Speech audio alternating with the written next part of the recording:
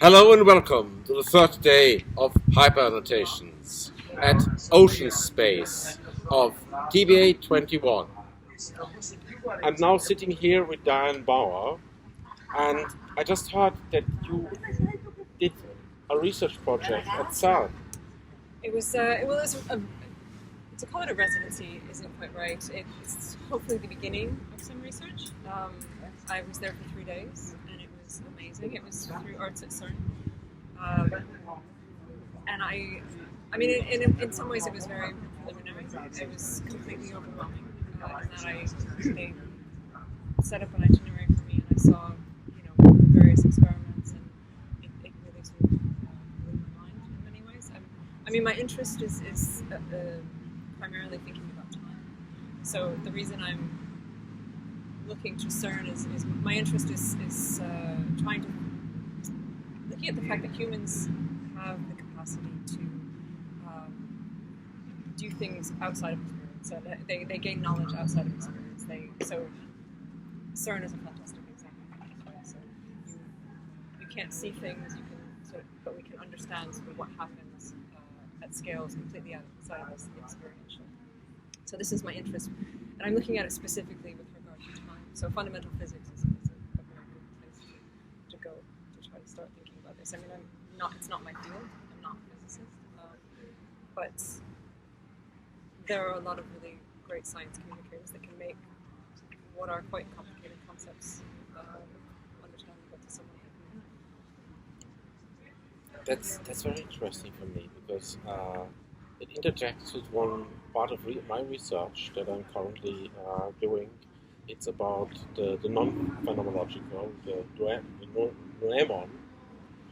And I always thought the noemon is something that is deeply linked to schizophrenia and psychosis, meaning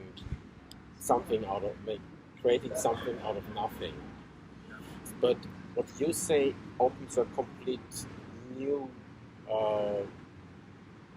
trajectory, new place to look at the noenological that I think has been seldom been delved into. It's very often discussed in quite other terms, and that's quite interesting for me. Can I ponder on that a bit? Well, I think there's a real. There seems to be a real discrepancy between how time functions. Looking at it specifically with regard to time, and the reason I go to time as well is this discrepancy between how we experience it in the bit of meat that we're stuck in as very linear, going from past to future, unidirectional. That appearance is extremely persistent. And my curiosity, I suppose, is how much of that actually corresponds to how time actually functions. Because when you get to scales that are very, very small and very, very big, it changes completely. Of course, you've got relativity, so closer you are to gravity, it's different. It changes sort of how time passes when you're closer to the source of gravity. So, to say time is relative is, it's true. But then when you get to the very small scale, actually, this is one of the things that I don't understand. Is where gravity comes in at the quantum level. I don't know. And this is one of the things I want to explore more. I had some amazing conversations there with a man called Wolfgang Loescher, and he was very generous to talk to me about black holes and quantum entanglement for an hour and a half, which was really fantastic. You're trying to understand what happens to an entangled particle. One part of it falls in and one part stays out. I don't know that I got an answer that I can repeat, sadly. But I think I went off your question completely, actually. I digress, because as soon as I start thinking about it... But I always think that the questions are in kind of ways possibilities to do provocations, invitations to go off a tangent. Yeah. I think it's one of the philosophical enigmas that we can always take a new look at from the most newest and avant-garde kind of perspectives and still get something new out. But it's so multifaceted that I think we will never like completely understand the phenomenological. Maybe we can understand it on a neurological level. Maybe we can understand it on a complete scientific level, but that would still need a poetic understanding of it and so on. I mean, I don't completely believe in infinitude, and I don't think that it's possible that an artist can reach finitude in scientific understanding. What do you mean you don't believe in finitude? Well, I don't believe that you can have absolute knowledge of everything. Okay, yeah. You Sure. can only maybe have absolute understanding of your own field, but even that is subjective. So Yeah, you would, sure. for finitude, you would need to be able to have every subjective view lined up against it, and then you would be in the objective entity that can discern all these subjective views of the world, so to speak. Yeah, I mean that in a way. I think even trying to understand your own subjective relationship to the real is sort of more than we can probably manage. Never mind understanding sort of all subjective views. I mean, Complete finitude is not possible as humans. Contemporary AI research has one branch that tries to link it with neural imaging, specifically the part where they try to scan one's brain and then make that in a form of fragmented computational machine that is still like completely in the descriptive phase that has not yet happened, but they are already thinking about possibilities how you can read structures of one's mind and then build like I have not yet really read any specific ways how they would do it. I saw that there are some ways of reading the neurons in the brain and discerning if you eat this, then the taste centrum looks up, and they can also say already this is sour, this is sour with a bad memory because when your grandmother slapped you, she always gave you an apple 5 minutes before and something like that. So they already know that kind of bit, and what they are trying to do is trying to create like a multitude of these image brains and link it together and use that as a form of filter for coming AI structure. For building AI. Yeah. Huh. I mean, in a way, it seems. I mean, this is something I've been thinking about AI with regard to this time question a lot as well. It's another sort of part of the research, but it's more actually the fact that an AI would not have a body and would not be built on these that would make it most useful. Because I think this question around time, if the difficulty of getting out of this sort of persistent, this happens and that happens, this persistent linearity, trying to get out of this, is very difficult while you're in this body that has evolved to survive sufficiently in this sort of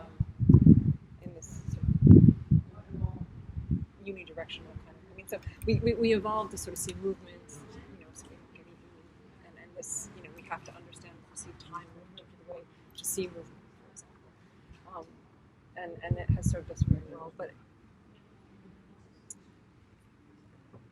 it might mean that we don't have the capacity to actually understand time because we can't get out of this. So my thought is that would it not be useful to collaborate conceptually, like if there could be something like AI that could think about what time is, that isn't stuck in a body, because of course for a machine time is going to be very different. For example, we have access to all memories in an equal amount and sort of equal duration, like you can access them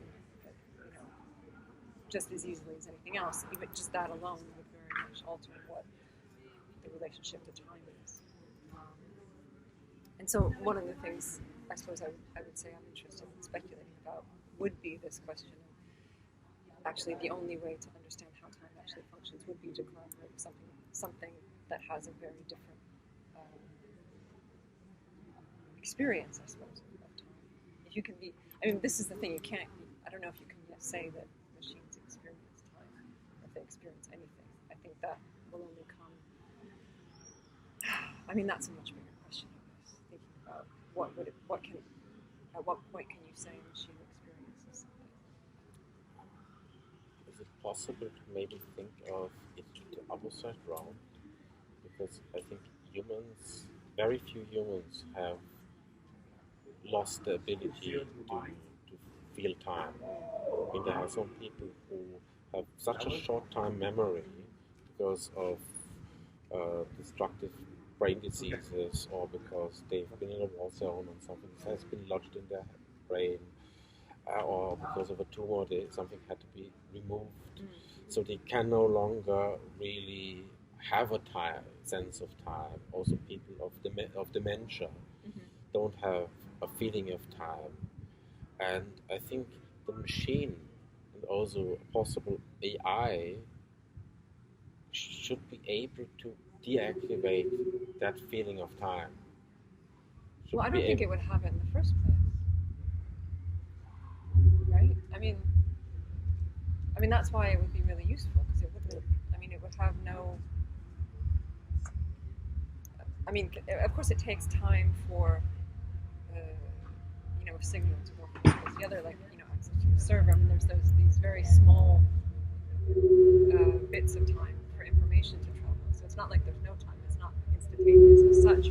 From my understanding of time and and also from my own experience, I think the thing with the machine is it knows history, and we don't know history. We have a feeling of time, but we also have a feeling of being forgetfulness. Therefore, we have no real feeling of history. Yeah. We can write it down. And it's totally unreliable as well. Yes.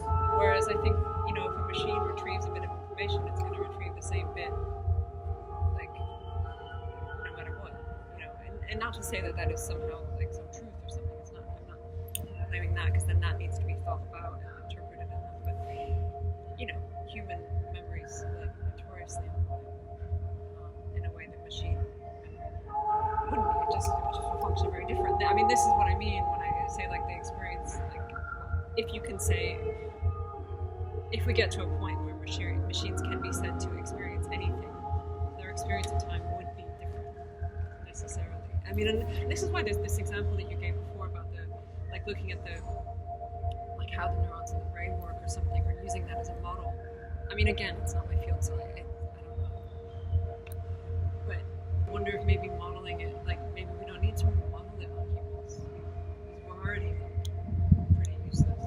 Yeah, it's also senseless to create like a one-on-one copy of something that is already there. Yeah. I'd rather have something that is so alien to the human, like I don't know, a spider crystal, or a thinking dove that speaks in snail tongue.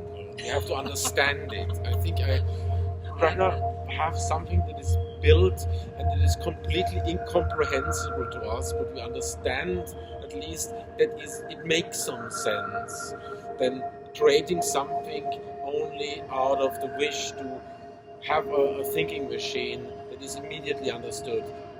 I'd rather have something that is really completely over our heads in complexity. Well, actually, this is something I was talking about with Wolfgang Lecture, I think. It was like very speculative science fiction territory, but this thought that if machine learning is much faster than human, evolutionarily speaking, right? So we took thousands of years to become what we are, and machine learning is happening certainly quickly. So we were entertaining the possibility of maybe we will just be so boring to the intelligences. Like why would they bother? Like we'd be like ants, and so you would not try to engage in dialogue with an ant, and we would be the equivalent. Like why would they bother trying to engage with us? Because we're just useless. I think they would rather look at the ants and say they are amazing animals, so small you can carry a rock. And then like, all these big humanish things. What is that? Yeah. I mean, and we are constantly doing things like shutting down new expressions.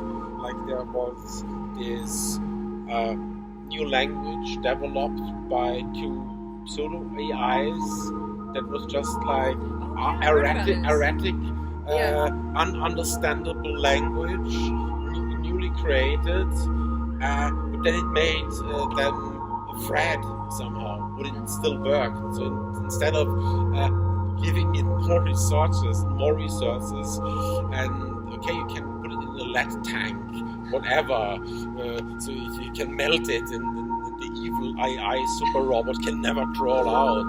If you're really that afraid, but still keep it running. You can have, instead of the lead camp of the Vatican, you have the lead camp of CERN or something like